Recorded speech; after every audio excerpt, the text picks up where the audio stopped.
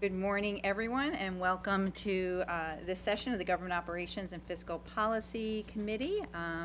We are here and we are joined by Council Vice President Friedson, who is on Zoom with us. We have two items today.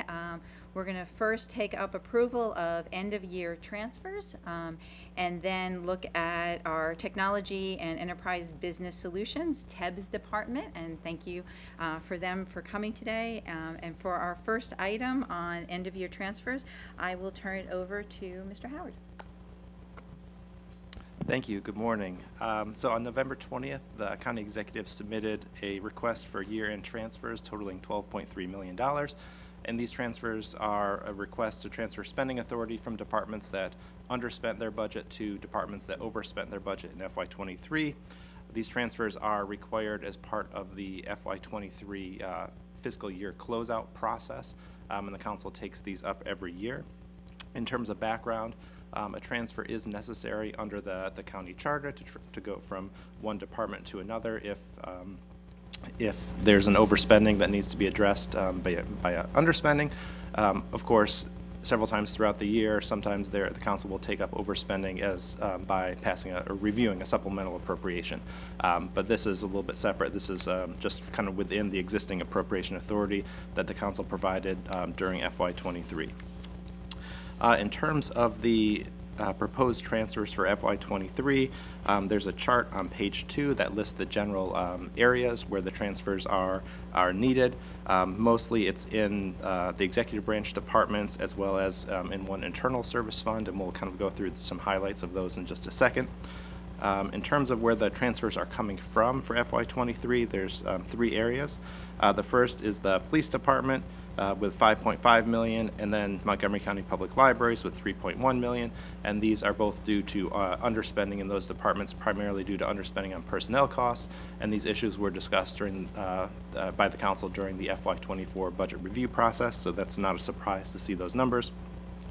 There's additional $3.7 million in transfers coming from the Risk Management Self-Insurance Fund, and this is due to expenditures needed from that fund being lower than projected during the fiscal year.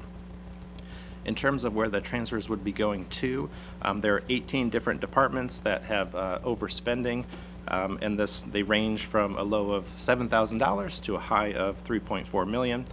The executive's transmittal memo includes justifications and rationale for each transfer, and I wanted to highlight the 5 largest ones just for the committee's attention. $3.4 million would be going to the Employee Health Benefits Self-Insurance Fund, and this is due to expenditures being higher than projected, largely due to claims coming in greater than were expected. During the FY24 budget process, the committee does review each agency's self-insurance fund budget, and we noted that at the end of FY22, the county's self-insurance fund was projected to have, or did have, a 1.8% fund balance, with the target being 5%, and was projected to end FY23 with a 3.4% fund balance. So when claims came in higher than projected, it makes sense that transfer would be needed, especially since we are below that 5% fund balance. In years where the fund balance is higher than the 5%, that's where the over expenditures would be addressed from. There's $3.3 million for Department of General Services budget, and this relates to personnel costs exceeding appropriation due to unbudgeted overtime costs and standby pay, as well as some operating expense expenditures that were greater than expected as well. There's $1.1 million for recreation, and this is the non-tax supported portion of the recreation budget, and this is due to operating expenses exceeding the appropriation for contractual increases in the aquatics division. Aquatics is generally a self-supporting area of the recreation department, but this year expenses were higher than projected. There's $1.1 million for fire and rescue services, and this is not a new type of expenditure, but this is due to unbudgeted overtime costs, as the chair of the Public Safety Committee is very well familiar. And it's important to note, this is in addition to the $10 million approved as a mid-year supplemental by the council. So this means that for fire and rescue services, about $11 million in overtime costs exceeded what was projected. And then last, there's $887,000 for mass transit, and similar to the other departments, this is generally related to overtime costs that were greater than budgeted. In comparison with prior years, the $12.3 million recommended in FY23 aligns with the amounts recommended by the executive and approved by the council in the past 2 years. In FY22 it was 10.2 million, in FY21 it was 9.4 million. Prior to FY21 we had higher amounts of end-of-year transfers. There was 43.6 million in FY20 and 28.5 million in FY19, excuse me. And the change here reflects the council and the executive's decision to address some mid-year appropriation issues as they occur, as opposed to waiting till the year end and try to address it through transfers. So last year, as part of the budget process, you approved several different appropriations for departments, big ones being HHS, Fire and Rescue Services, and Transit Services related to appropriations that weren't sufficient to cover projected expenditures. And so those have already been addressed previously by the council, which is why the year-end transfers are a little bit lower. And so with that, I will turn it back to the committee chair for any questions. Great. Thank you very much, Mr. Howard, and thank you also for the reminder and the context of the mid-year transfers that we did. I think that's very important, and as the chair of public safety sits here, I know those are things that the Public Safety Committee will be looking at when we do the budget this year. I don't have any specific questions. I don't know, Mr. Mullen, if you had anything you wanted to raise before I turn to my colleagues?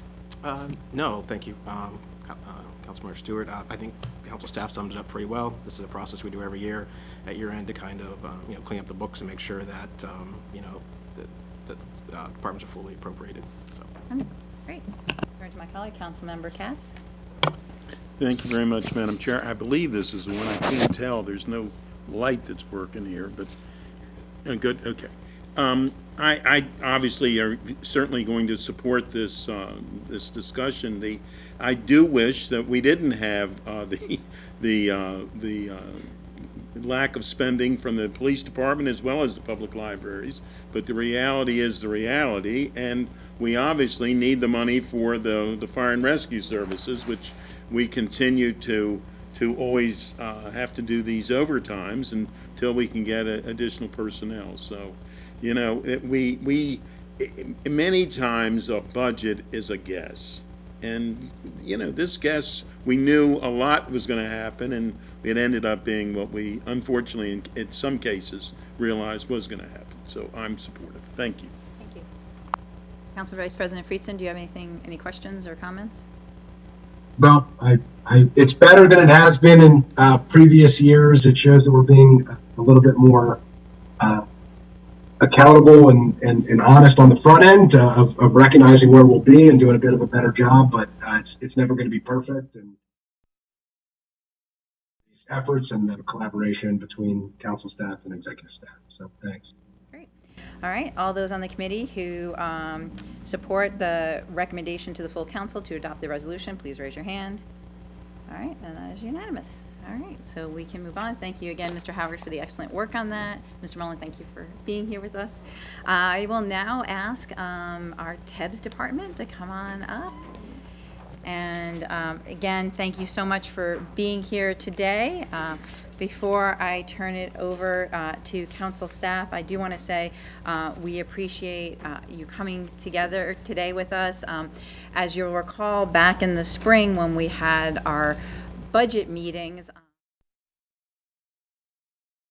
things that this committee promised when we did that back in the spring was to ask you to come back this fall when we weren't under the deadline of a budget to be able to go more in depth about what was going on in TEBS, what changes you have been making in the department, and where you see the future of the department going. And so we really appreciate all of you taking the time to be with us today. I'll turn it over to staff to see if there's anything else to add. Just a few brief remarks. During that budget hearing, you had one particular item, the web redesign, and you really wanted to get some more detail, especially since the web redesign project was not funded. So Ms. Roper is ready to cover that. Secondly, I think all the council was very impressed with the amount of money that was able to be derived for laptops for our community, and we've already spent more than $30,000 laptops in the community. We have 50,000 more to go, or 60, whatever the number is. So it might be a good chance for the department to let you know the experiences that they've had, as well as how they're looking forward to it. And then finally, a couple of weeks ago, you heard from procurement about how they're beginning to re-centralize some of their major procurement from agencies that have, departments that have that procurement function. I think you're going to hear from Ms. Roper that something similar is happening here. And then the final thing is AI. Everybody's talking about artificial intelligence. Ms. Roper has a full presentation on that, but more specifically, I've asked her to cover how AI might someday help the council itself. So perhaps Ms. Roper can open that with that. I just turn it over to Ms. Roper, and thank you so much for all your staff support. You really developed a presentation that I think is reflective of the council needs. Thank you, Dr. Ferguson. Good morning. I'm Gail Roper. I want to take the time to introduce my staff. So this is my leadership team, and we have Keisha Lewis here at the end. Keisha is our new Chief of Project Management. Kenneth Lennon is our Chief Digital Officer. He'll talk to you a lot about the website. Of course, I'm Gail. Shana Taki is working on the county's first AI project, which is a bot for our 311 operation. You know Allison Dollar. Allison is my Chief Budget Officer, and of course Joe Webster is our Broadband Chief. So the most challenging thing for our organization is to continue to balance and protect the systems that we support. We still are very much focused on cybersecurity, making certain that we protect our systems, and also continuing to balance and try to innovate. Our presentation today will provide a glimmer of our accomplishments and some of our struggles. I wanted to also say that our particular budget is very much contractual, so we pay all of the licensing costs for the systems that we have. And we're working on strategies to try and establish an innovation fund so that we have the fund to do more in the areas of AI, broadband, and other areas. So if we can move to the presentation.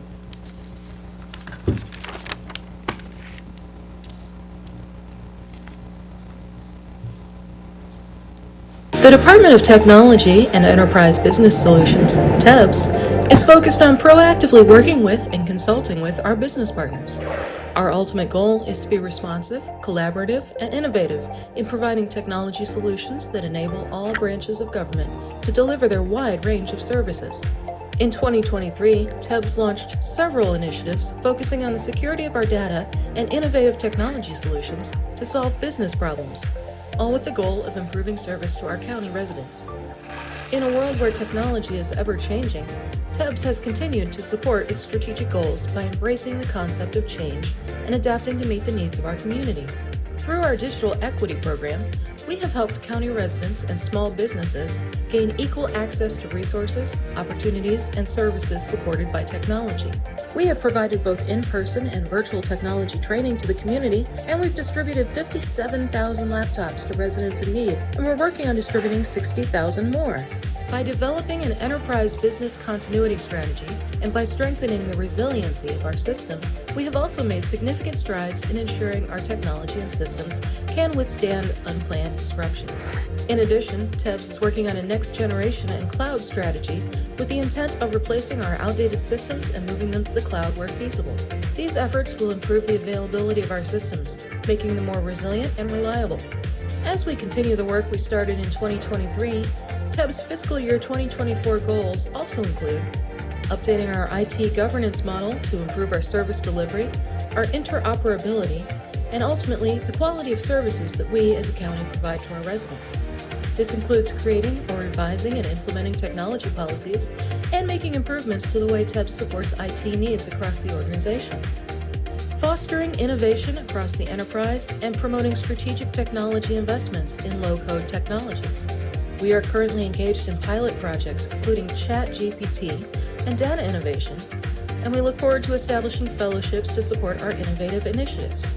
Increasing the reliability and functionality of our enterprise systems starting with moving voice communication services to the cloud and a major upgrade of our customer relationship management system. We are focused on enabling greater collaboration within TEBS and among our business partners, fostering innovation across the enterprise, promoting strategic investments, and ensuring our systems and data are reliable, resilient, and secure. This is TEBS, consulting, strategizing, and innovating. Thank you. This next slide represents our strategic priorities and what we're doing to transform the organization. Earlier in the year, we developed a new policy called 6-1. 6-1 represents the centralization of IT from the departments, from some of the departments, particularly related to multi-million-dollar projects. So we have this policy. With this policy, we have oversight of all IT initiatives, projects over $500,000. We have quite a portfolio of projects coming, and Ms. Lewis will talk more about that. I wanted to make sure that with our transformation of the organization, we really have done a great job of elevating project management. Ms. Lewis runs that organization, and she is implementing very stringent policies that we will begin to enact strategies that will ensure that these projects are successful. Part of that is looking at all the components of the project up front, rather than getting down the road after we've invested and found out that we have areas that we haven't covered, things like business requirements, understanding what departments need in order to implement new systems. The core business systems that we support now are all outdated and costly to maintain. Our youngest system, I believe, is 10 years old. So we do have quite a portfolio for the fiscal year to begin to improve and maintain, including the website and our CRM, which is the 311 system. So part of it is aligning that project portfolio with our budget and making certain that we have the resources that we need. We've also decided we're going to implement cost-benefit analysis. And what that means is that we're going to look at the as-is, what those legacy systems are costing us today, how we can improve those systems and save money. So our budget submittal this year will be very much focused on showing what it is today, the as-is cost, and then looking at what the future costs are, because legacy systems are expensive to maintain. Next slide, please. This just gives an overview of our modernization of our TEBS organization. I can say that we're hiring people who are more specialized. The technology field has changed quite a bit. So we're utilizing different recruitment strategies to try to get the right people. We're not hiring generalized folks anymore. We're looking for people that have backgrounds in specific areas. That is a challenge in this region because we do compete with all the other entities, including the federal government, other local governments. But we are working very hard to have strong, innovative strategies to recruit. We are, as I mentioned, providing more structures around our work, more measures, being able to secure what we call key performance indicators that show what kind of work we are doing and how we're adding value to the organization. And then more department coordination. So with these projects that I've mentioned, we are actually meeting with the departments and talking through what they're trying to accomplish so we can better serve them. If you look at the right side of the organizational structure, you will see that the Office of Strategic Partnerships is new. The Office of Digital Transformation is a new division. Office of Enterprise Project Management, Office of Strategy and Planning, and One Face Forward, and the Office of Change Management. They're new. They're not new to you all because we brought the org chart to you earlier, well, maybe two years ago. But they are quite different than this legacy side that you see on the left that I don't think serves what we're trying to do today. I'm going to turn it over to Allison. Thank you. I'm Allison Dollar. I'm the Chief Budget Officer. And I'm just going to go over a few personnel highlights and after that a few budget highlights. So as Director Roper mentioned, we have been very proactive and strategic in filling vacant positions. It's important to note that we're not just filling positions as they're vacant, but we're taking the opportunity to reevaluate the position, the responsibilities, and make sure that it's properly aligned with our strategic priorities. Since we met last spring, we have filled 12 vacant positions, 6 of which are contractor conversions. And additionally, we are working hard to fill 5 more positions. We hope to get those, they're in the various stages of recruitment. We hope to get them filled by the end of December. So we continue to partner with OHR, as Director Roper mentioned, and we are looking at new and updated job classes. The one you're most familiar with is the IT project manager. That supports the newly created Office of Enterprise Project Management, which Keisha Lewis will go into further in this presentation. We're also working with OHR to update the IT specialist job class, which is outdated, and we want to be able to attract talent with appropriate skill sets, and we can't do that with this job class that represents technology decades ago. So in FY22, we implemented an internal training policy, which requires all TEBS employees to complete 10 hours minimally of training. As you know, the IT industry is dynamic and constantly evolving, so training helps us to better adapt to new technologies, which in turn can help reduce our reliance on contractors. And in addition, I mean, training just helps to increase efficiency, fosters career development and skill enhancements, et cetera. And as in FY24, we established a governance structure and procedures within the Enterprise Office of Project Management. And that enables TEBS to successfully manage and deliver enterprise projects. These are projects that are, as Director Roper mentioned, over $500,000. They're highly complex and possess significant risks. Again, Keisha will go over this later in the presentation. Next slide. So here are a few budget highlights. Over the past few years, under the leadership of Director Roper, we have realigned our operating budget so that our resources are directed towards initiatives that help us to achieve our top strategic priorities. Realigning the budget and the FTEs is crucial for our long-term success and sustainability, and it promotes the efficient use of limited resources and allows us to better adapt to change and to enhance our focus on our strategic priorities. We continue to undergo reorganizations to better support our centralization of IT functions, enterprise IT functions, and to ensure that we're allocating resources where they have the most significant impact. We have, as a part of the centralization efforts, we recently consolidated OHR IT staffing within TEBS, which is consistent with the goals of eliminating duplication of services and assets in county departments. By leveraging TEBS resources and talents, it ensures that OHR receives high-quality technology solutions that are aligned with the latest developments in the field. And this is particularly relating to the police stress management assessment module, the ATS, which is the county's applicant tracking system, and we're supporting them in these efforts.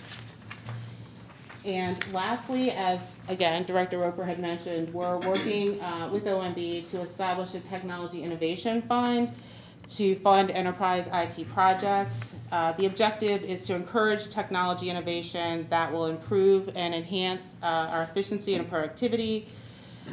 We hope that by establishing this fund, that with cost savings from IT innovations, we can be strategic and promote continuous technological advancements. Hi everyone, my name is Kenneth Lennon and I'm Chief Digital Officer. So I'm going to talk about data governance and the website initiative. Montgomery County's website is central to what we do. Issues with data that affect our site's ability to use artificial intelligence and how easy it is for users to find information with our search engines and the overall experience for our vendors, our visitors.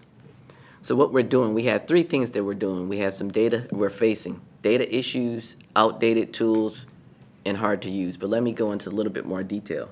So within our data issues, our website's data isn't consistent and it's not always accurate. That limits how we enhance our services by using artificial intelligence.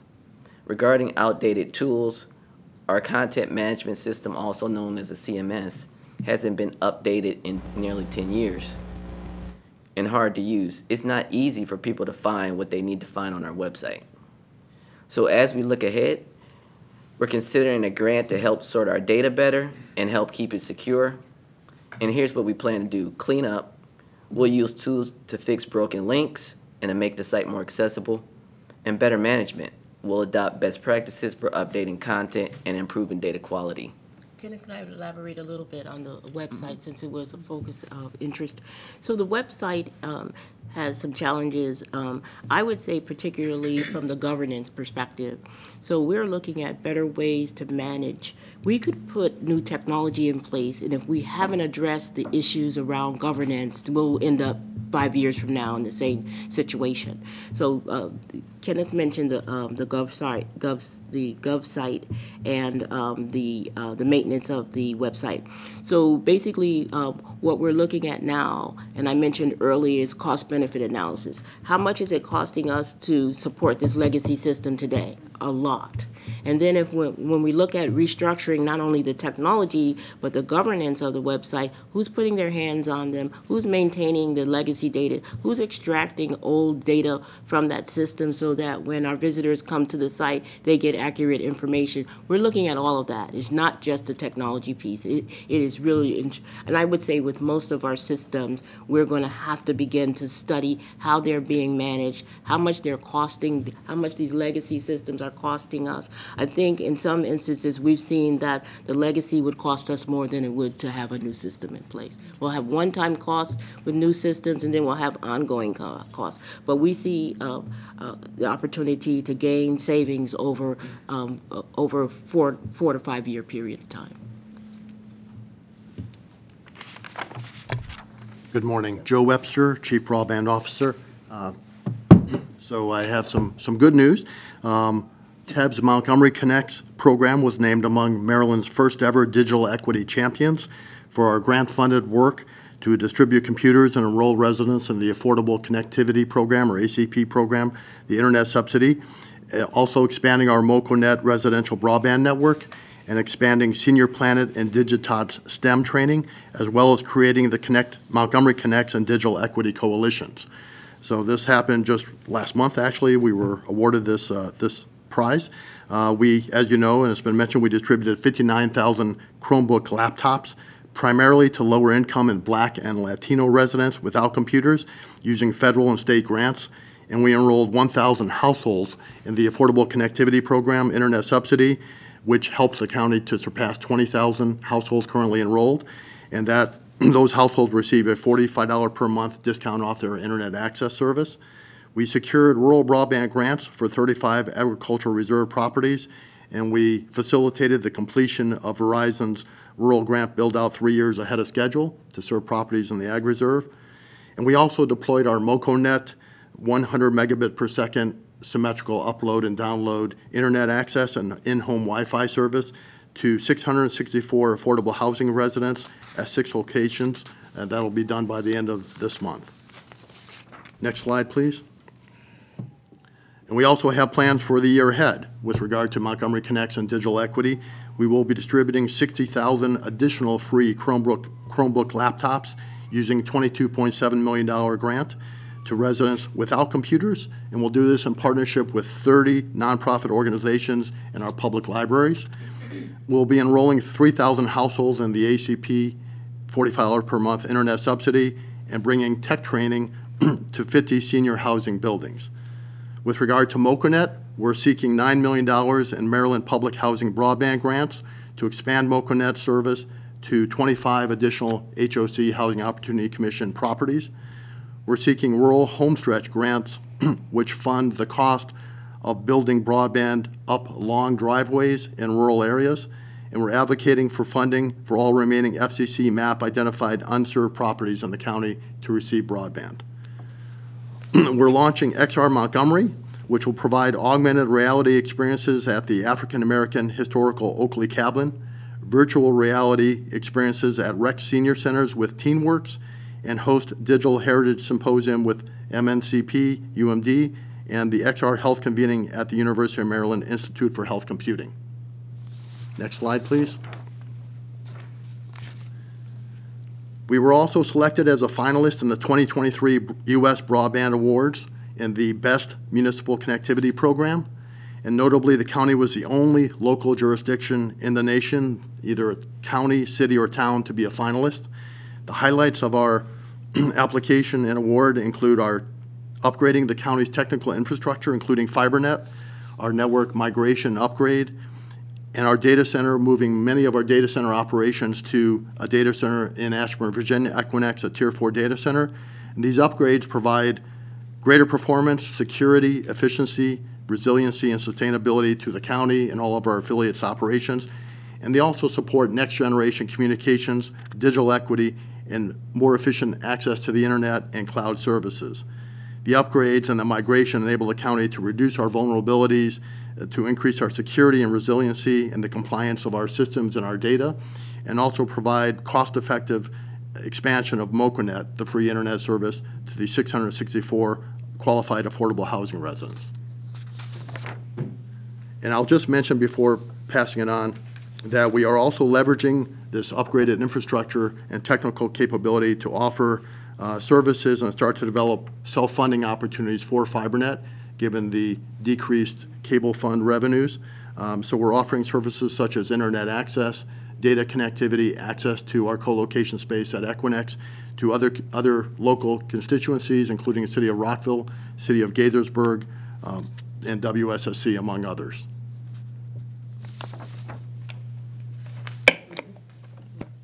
Next slide, please. Good morning. My name is Keisha Lewis, and I'm the Chief Enterprise Project Officer, and I lead our Enterprise Office of Project Management.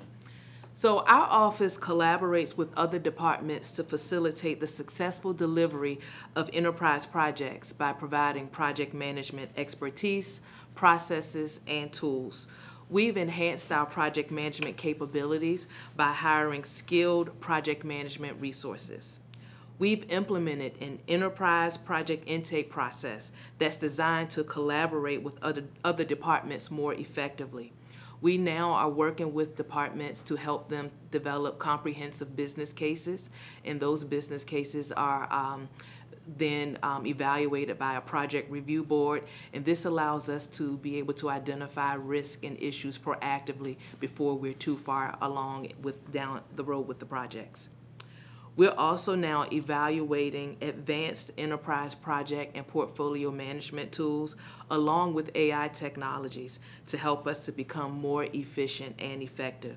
We've also formalized the way that we are initiating projects and the way that we are planning projects as well. Next slide.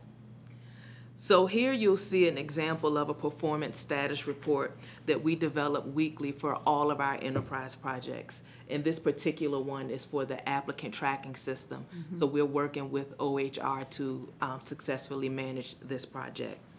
So this demonstrates our efforts to mature our project management processes by enhancing our project monitoring and by taking just a deeper dive into the projects to proactively identify risk and issues.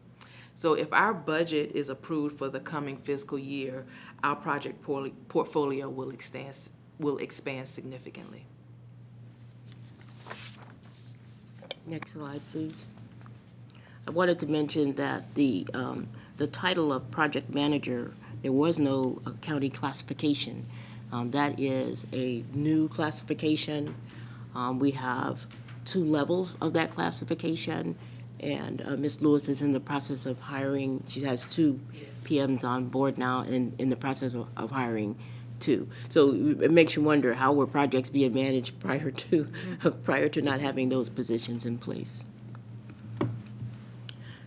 I'm going to talk a bit about the Artificial Intelligence Center of Excellence for Montgomery County.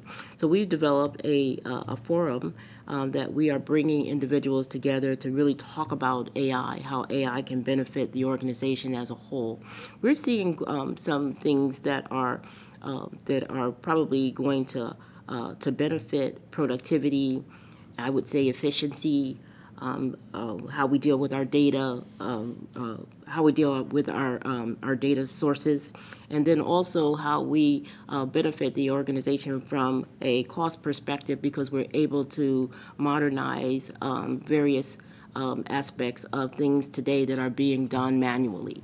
So we're seeing AI as a benefit for us. Mrs. Taki is going to talk about what we're doing with AI in our 311 operation and some of the results that we've already seen. We've been doing quite a bit in wanting to have a proof of concept so we can begin to gather information and understand how AI will work best. We've made some significant progress in understanding the challenges of AI. A lot of it has to do with data.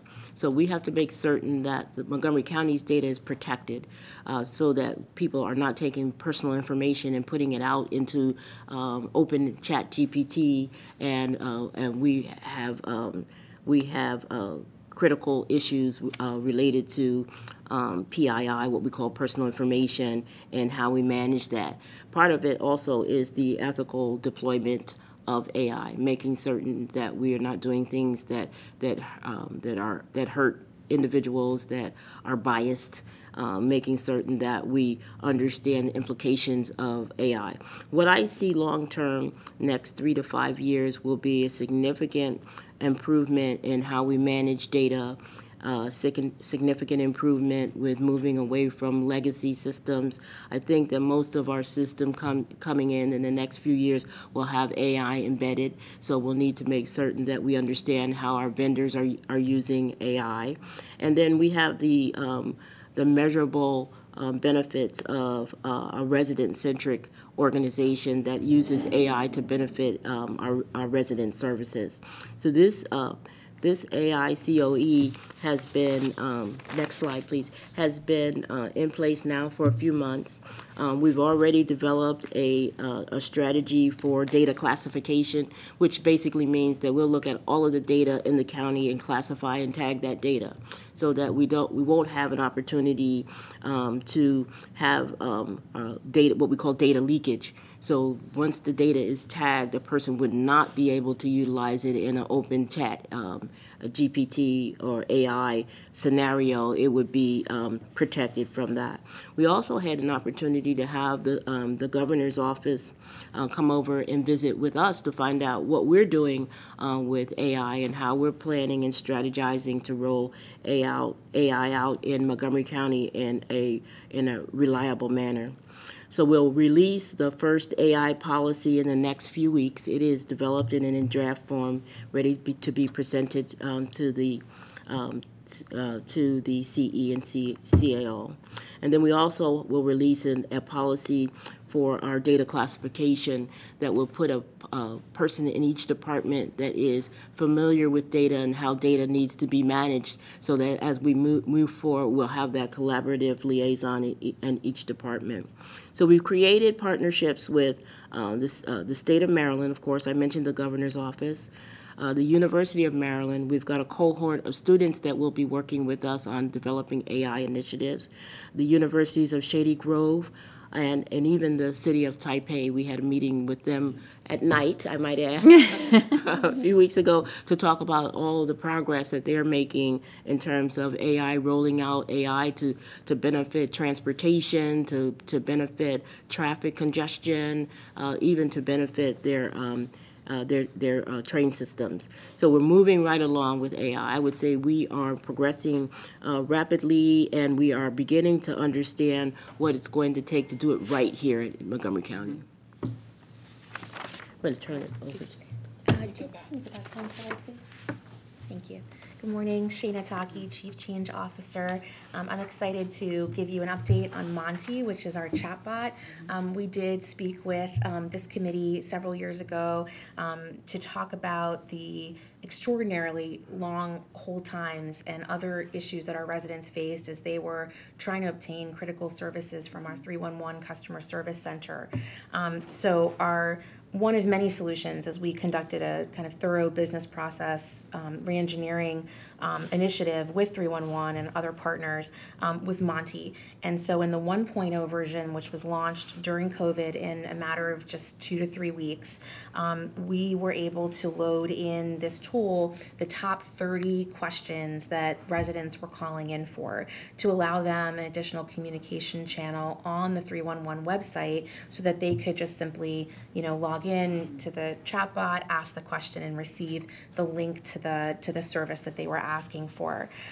During that time in COVID, we did see that the abandonment rate or the hang-up rate did decrease from 25% to 11%, and the hold times did decrease from 5 minutes to about under 2 minutes, in a matter of 2 months. So we were quite pleased with Monty 1.0. However, this chatbot technology did have some limitations. It was a bit cumbersome to manually upload all of the knowledge-based article information into this tool, almost establishing a toggle process for the 311 team and a separate tool. So we're excited to announce that we do have Monty 2.0 in the works. This is our first AI project at the county.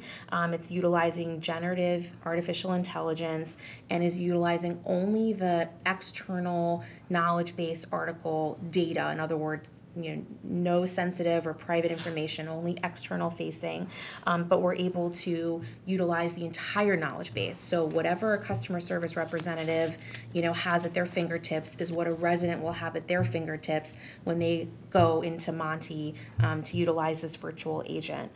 We slate this to go live in January, and we would look forward to coming back and providing a demonstration of the new technology.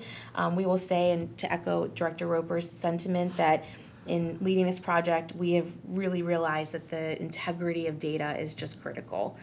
So this is not just a technology project, this is really a comprehensive change management project that includes data, process, and then the best solution for our residents. Next slide, please. Okay, so I wanted to take just a moment to recognize our Director, Roper, who was one of only 90 leaders in public administration to be selected for the National Academy of Public Administration's 2023 class of fellows. The induction of the new fellows took place in early November, and their focus is on grand challenges in public administration. So Director Roper and the other 90 fellows in 2023 join a very illustrious group of 1,000 Academy Fellows, which includes former cabinet members, members of Congress, governors, mayors, and state legislatures, as well as prominent scholars, business executives, nonprofit leaders, and public administrators. Congratulations, Director Roper. Thank you very much.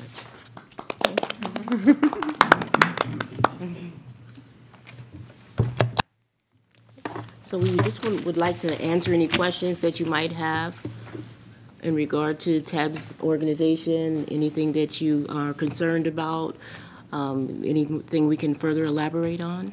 Great. Well, wonderful. Thank you so much for that presentation. Congratulations again, and just want to lift up the broadband work that you all highlighted in particular. Thank you so much for that. I have a bunch of questions. I'm going to start off with a general question, then maybe turn it over to my colleagues, and then come back to some more of the specifics. You talked about having the more centralized services for the county, and we've talked to the Director of Procurement about this as well. And I was just curious on, as you're looking at these projects that are coming to you and the requests from departments, what are the type of things that you're seeing, maybe some of the bigger projects right now, and how much of that is balanced with things that you all initiate? I'm just trying to get a sense of the workflow in the department. So I can say, and I can certainly turn it over to Ms. Lewis, but what we've seen overall is that there's a lot of duplication of effort. Mm-hmm. Also, when you have individuals who are decentralized, they're really not part of the tech community, Montgomery County's tech community. So if there is really no understanding of skill sets that they need to acquire, We've advanced to using a tool called low code, no code, which has saved the county quite a bit of money and time because it's new technology and individuals are able to get work done faster. So as we centralize individuals into the TEBS organization, there is a ramp up for them to begin to utilize these modernized tools. The other thing that we're seeing on some of the large projects is what I mentioned earlier. It's just that upfront work that has to be done that has very little to do with technology and a lot to do with business process reengineering, how you're working with a vendor, what that statement of work says contractually, what the expectation is from the vendor that you're working with. We're seeing that we need to do more work, have more conversations with the departments on what they're trying to accomplish. And the only way to do that is to take the time and do it. So those are the things that that we're seeing so far. Again, I mentioned the cost-benefit analysis and looking at how much it costs to support legacy systems and comparing that to where we could be in terms of the costs associated with modernized systems. So the collaboration as a whole and the centralization, I think, is bringing a lot more efficiency, value. We'll see projects come in on time and on budget. We'll see situations where we're utilizing vendors. Vendors are partners. Our relationship with some of our vendors mean that they do more than just take our money. They partner with us to meet these goals, the digital equity goals, those kinds of things that they should have an expectation. Typically, I have found in my career, if you ask, you will receive. If you don't ask, you won't receive. So basically, we're trying to have a better collaboration with our vendors going forward. I think overall, the centralization of IT will benefit every aspect of county business. And it's just really not a technology focus. In many areas, it's more of a business focus. Ms. Lewis, did you have anything to add? Yes, I echo Director Roper's observations, and I guess the one that I kind of keyed in on was the duplication. And so as we formalize our intake processes and we're working with departments to develop these business cases, we have a chance to get in front of that before we actually invest in those duplicative efforts. And so I would just say as our project management processes mature, I'm hoping to see a trickle-down effect to the departments that their project management processes will mature as well. Great. And one specific question I want to ask before turning over to my colleagues is on the website. We, talked a great deal about that last year. It wasn't funded in last year's budget. We know, or I see, the great need for it from what you all presented last year and this year. I think one of the things last year was really trying to get underneath the proposal a bit, and I would be curious to know a little bit more, maybe Mr. Lannon, in terms of the Microsoft grant and maybe a little bit more details on what work is happening on the website now and what you see potentially being proposed in the next budget. Sure. So right now we're doing a lot of research. So one of the things that we had to do was really assess the cost. We had to assess the overall benefit, as Director Roper talked about. Centralization is key to it because the maintenance of it is having an impact. The decentralization of people impacts the speed of which the site is updated. As a result, it's not as updated as it should be. The other thing that we're doing is we have tools like Dubbot. That's a technical tool. What that does is assess accessibility. It assesses broken links, all that kind of information. But our website is 20,000 plus pages. So you're doing that work, but it's making minimal progress. So there needs to be a rehaul to be the most effective in terms of value and cost. One of the things that I saw as Kenneth was doing the research and presented to me is that the website today is supported in a decentralized fashion. So there are individuals in multiple departments. How many folks are there, Kenneth? 270 plus. That touch that website. but it's not their job. It's not their primary job. Many of them, it's not their primary job.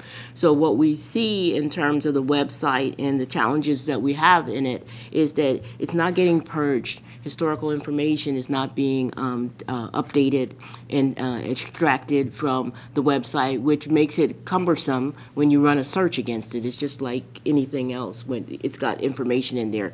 But from a governance perspective, we see a consolidation, making those individuals' primary job at a third of the individuals. We said 20. 10 people, as opposed to 270 people across the county that are touching that website when they have time to. So I always try to emphasize with technology, you have to look at the non-technical aspect and the business re-engineering aspect before you apply the technology on top of that. So we're looking at that cost-benefit analysis and understanding that, yes, we want it to be pretty. We do want that website to look better than it does. But the other aspect of it is we want it to work and be efficient with our residents and in tourists that come into the county. We really want to showcase what we do here in Montgomery County. So we've got to kind of crawl before we walk. Great. That is a nightmare. Over 270 people touching that website is just, yeah. Thank you for that information. And I'll just say that as we go through the next couple of months, please keep this committee informed as you're thinking about the website and other things, so that we want to be partners with you all in thinking about this and how we move forward. And so personally, I'm hoping we are successful in moving forward with the website and we can get something in the budget this year. But I think that's going to take us understanding what you all are doing and where we're going with that. So Dr. Torregas, I think, just keeping this committee updated, whether or not we have you formally back again before budget, but that ongoing communications, I think, is going to be important. All right, I'll turn it over to my colleagues. Councilmember Katz. Thank you very much, Madam Chair. Ms. Roper, congratulations to you. I can tell you that I'm not surprised of your recognitions and the recognitions of your team. You from day one, and I can say this sincerely, from day one you brought a breadth to this department and to the county that we sincerely and definitely and obviously needed to have. I was very impressed, I've been impressed throughout, but especially with your team today. You knew off the top of your head the numbers, which, and I understood that you did a little research before you sat here today. But off the top of your head, you knew the numbers, and Director Roper knew who to turn to right then to get those numbers. So it hasn't been missed. When we talk about outdated tools for 10 years, which is a lifetime in many cases, but especially when you're talking in your department, we have to be reminded that it's the lifeblood, the website, et cetera, is the lifeblood of government to our residents. And it's more and more. And I appreciate the chair's questions and reminders that we're your partner. If you need it, we need to hear about it. We can't afford everything, but there's certain things we can't afford not to do. And we need to know for sure. I can tell you the digital equity program, and I've seen it personally. I've heard from parents. I've seen tears in mothers' eyes that it's generational changing. It truly is. That somebody who really wanted to become educated, really wanted to do the right thing, who couldn't afford various parts of it, it changed them. And we need to continue to do that and continue to make certain we do that. The whole thing for artificial intelligence, I've always said that hopefully someday I can get the word intelligence with my name, but the whole thing with artificial intelligence really is a term that we hear more and more about. It's on television and various programs, but it's something that if it's not handled correctly, from what I understand of it, if it's not handled correctly, it goes from being positive to being something that is far from positive. And the fact that you and your team have your arms around it is comforting. I mean, we're not there yet and all of that, but we need to make certain that we continue to work together.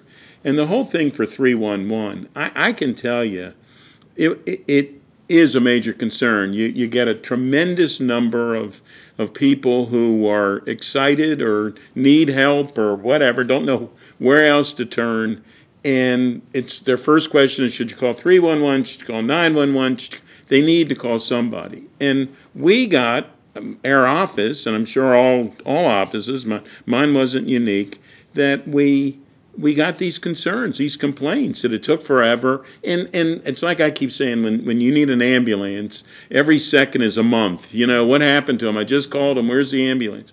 And 311 in some cases is not an ambulance, but it's almost just the side of it.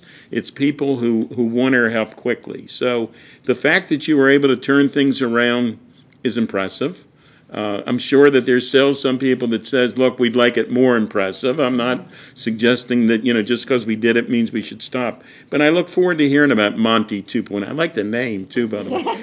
But I look forward to hearing about Monty 2.0 and 3.0 and 4.0, and we got to keep going. So thank you for what you do. And I did want to ask one question. Are the salaries, and you talked about hiring people, are the salaries that we have, are they competitive? Because you're in a competitive market. Are they competitive to attract and retain? We want to underline the word retain the employees that we're trying.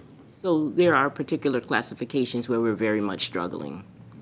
We did a very good job with the project management because we developed that classification based on a market study. So it's pretty healthy.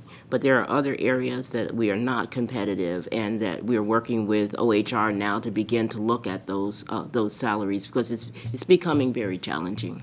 And it's going to be more and more, as we go along. So please, there again, don't keep it a secret. We need to work together to make certain that we continue. And I'm underlining the word continue to attract the people that we need to continue to have. Thank you very much for all you do. Thank you, Madam Chair. We do have a short demo that Derek Kinney would like to give, and it is on augmented reality to show you what we're doing. Do you have time? Yes? Sure. How long is it? 5 minutes. All right. We can take 5 minutes. We can give you 5 minutes. You're going to enjoy it. Yeah. Enjoy it.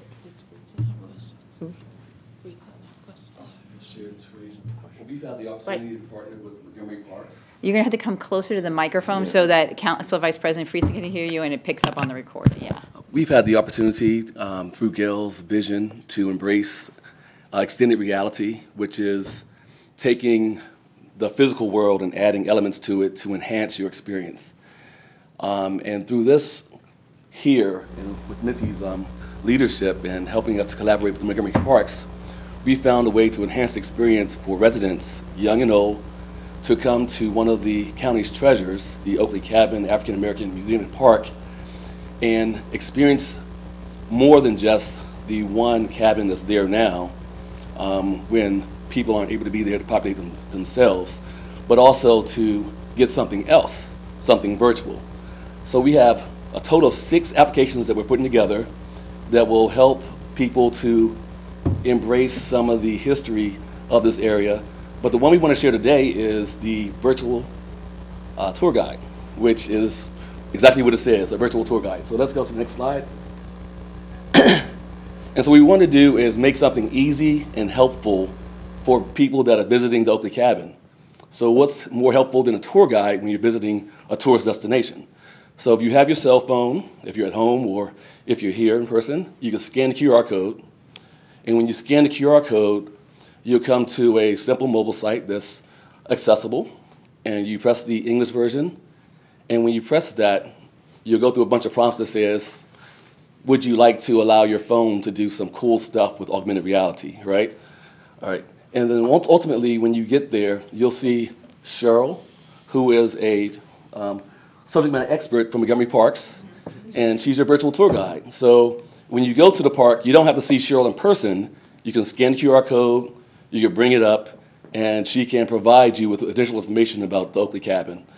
In addition to Cheryl's, Actually, so you can actually, this is set up for you to actually take out your cell phone. Oh, okay. oh yeah, If you go back one. yep, Right there. yep, yep.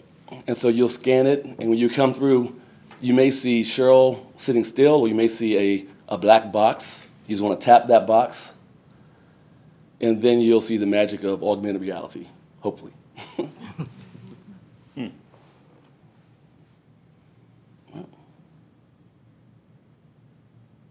And we'll allow a couple of things here.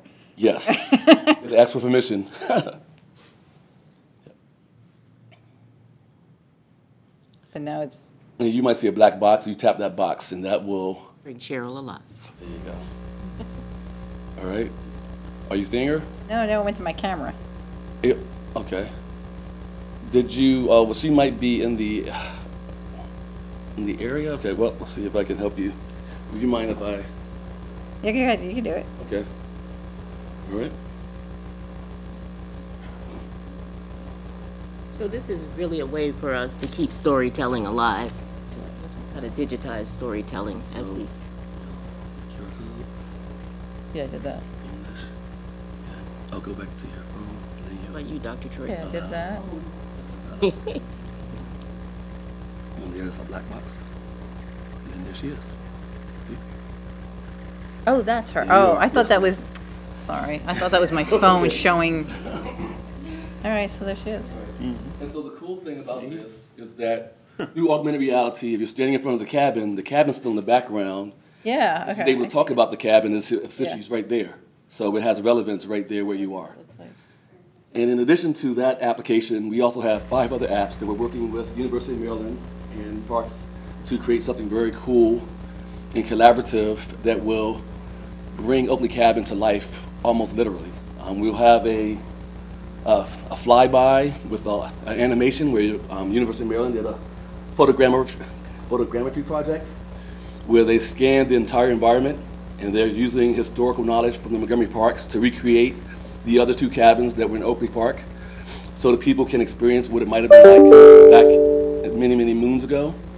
We are creating an app that will give you a cutoff look at the front of the cabin. So Oakley Cabin is locked most of the year, but with the app, you can look inside the cabin through your phone. So you'll be able to look around the cabin, see what's inside without having to call the Parks Department to open the door and let you in. So we have some very cool things that we're working on, and we hope to have them forthright and ready for the public early next year. And we're looking forward to more things with XR. There's a lot of potential there. Thank you. Thank you so much. Thanks for that update. That's really neat. I'm going to get it out of it now on my computer, on my phone. Wonderful. Thank you for that update. Councilmember Katz, anything else? I'm good. You're good. All right. Council Vice President Friedson? You're good? All right. I wanted to go back to the Monte 2.0. One of the things, and this is always dangerous because I know nothing about this. But I've been trying to, learn and listening to a lot of reports and other things. And one of the things that I've heard as a caution is making sure, especially when we're going outside and grabbing information, that then the information that is ultimately provided to people is accurate. Yes. How do we double check that? Yes, very, very good question. I also was very new to generative AI.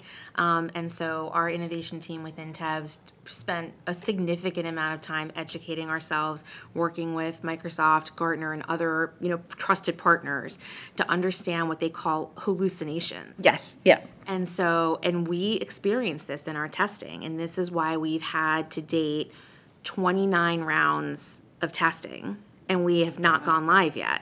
And so, Director Roper will ping me and say, "So when do you think?" And I'll say, "Well, we just encountered a hallucination or something to that effect that we have to prompt on the back end to make sure it doesn't happen again." So we have seen hallucinations.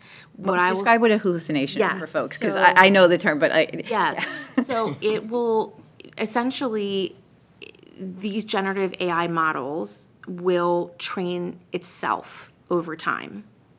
So if the requirement of this, what they call prompt engineering, is so important as you're building this technology. So for example, you can say to Monty, be very polite, be extremely polite. And you say that in natural language.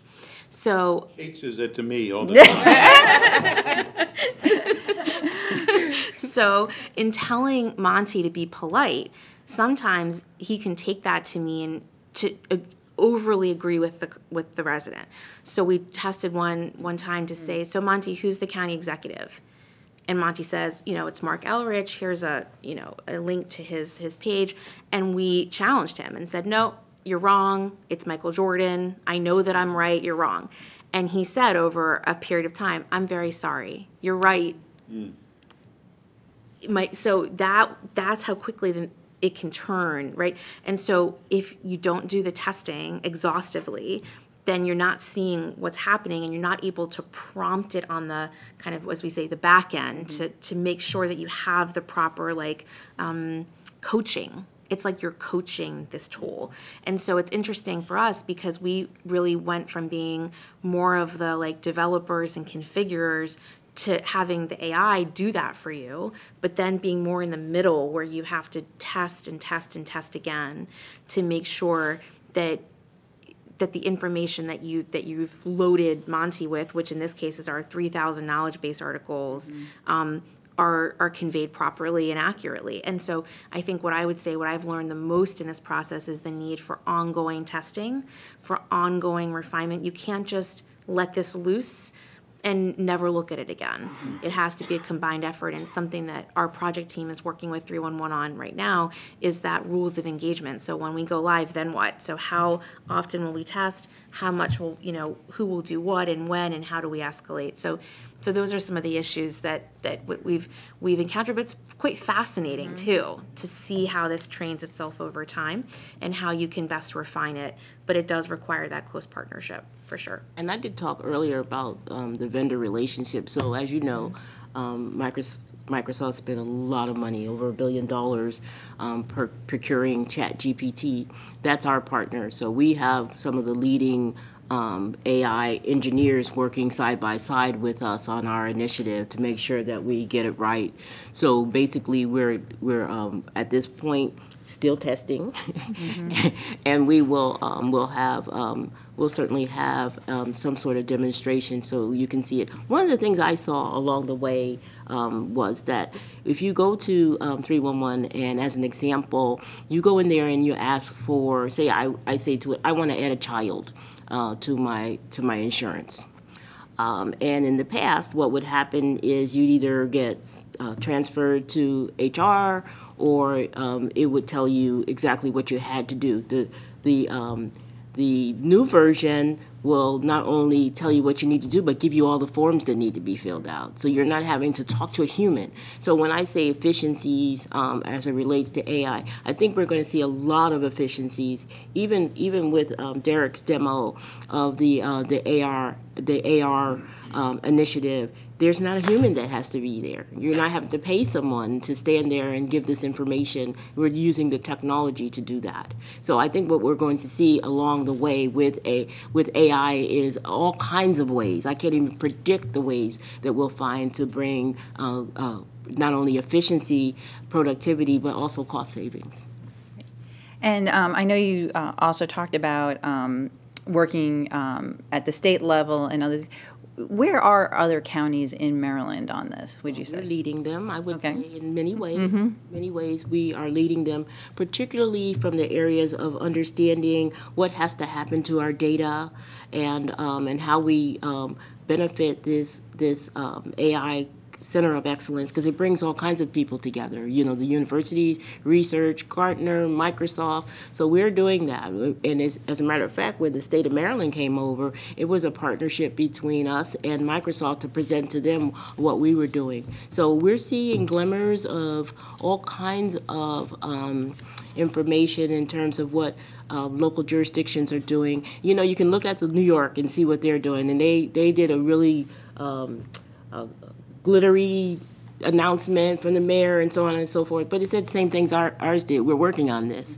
So we're trying to learn from from folks not only around us, but what's happening nationally. What we did, we had a town hall maybe 2 months ago that was hosted by Microsoft, Gartner, and TEBS. And we talked about where the country was, where we're seeing trends in terms of how AI is being used. One of the number one trends is what we're doing with 311, is to enhance. One of the others that we saw is getting 311 calls out of 911. So benefiting, getting those calls where they need to be, and having that ambulance come and not be bogged down with 311 calls. So from a data perspective, I think that we're going to see huge ways that we don't even know today that we can use it going forward. Great, terrific. Mr. Webster, I wanted to go back on the FiberNet that you talked about, because, you know, we've talked at this committee about our cable funds and the direction of them, and we're going to receive the OLO report momentarily. But you did mention other local constituents, and if you could elaborate a little bit more on that and what you're seeing as potential in that area. Sure. So we've had a number of conversations with the city of Rockville, for example, and city of Rockville is very interested in leveraging FiberNet to buy their internet access from us. So right now they're buying that on the commercial marketplace, and we can provide it more cost effectively and what we believe will be higher quality internet access, so they can increase the amount of bandwidth they have significantly by a factor of 4 or 5 for the same cost that they're paying now. We can also then extend their capability to co-locate equipment down at Equinix, the data center in Ashburn, Virginia, and have the same survivability, reliability, redundancy, and capabilities that Equinix offers us. It will provide to them in terms of resiliency and survivability and disaster recovery. So they're very interested in that as well. And then we're able to provide them with some capability to transport data to and from their city offices, their police station, city hall, and the senior center over FiberNet and down to that co-location space at Equinix. So those are 3 of the examples. WSSC, City of Gaithersburg have similar interest.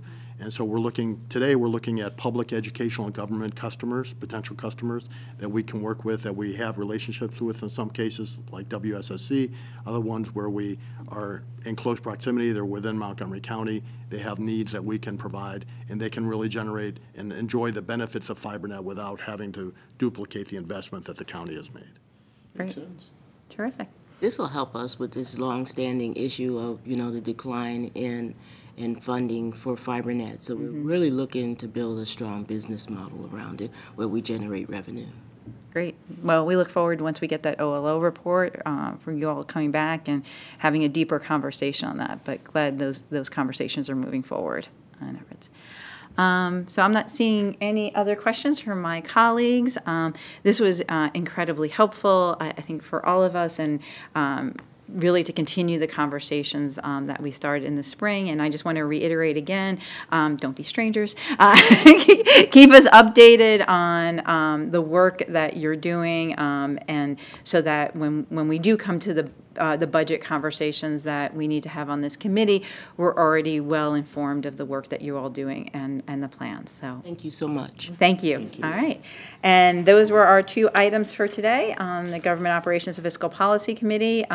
We are adjourned. We have one more committee meeting this afternoon with Government Operations and Planning, Housing, and Parks. That will be at 1 o'clock.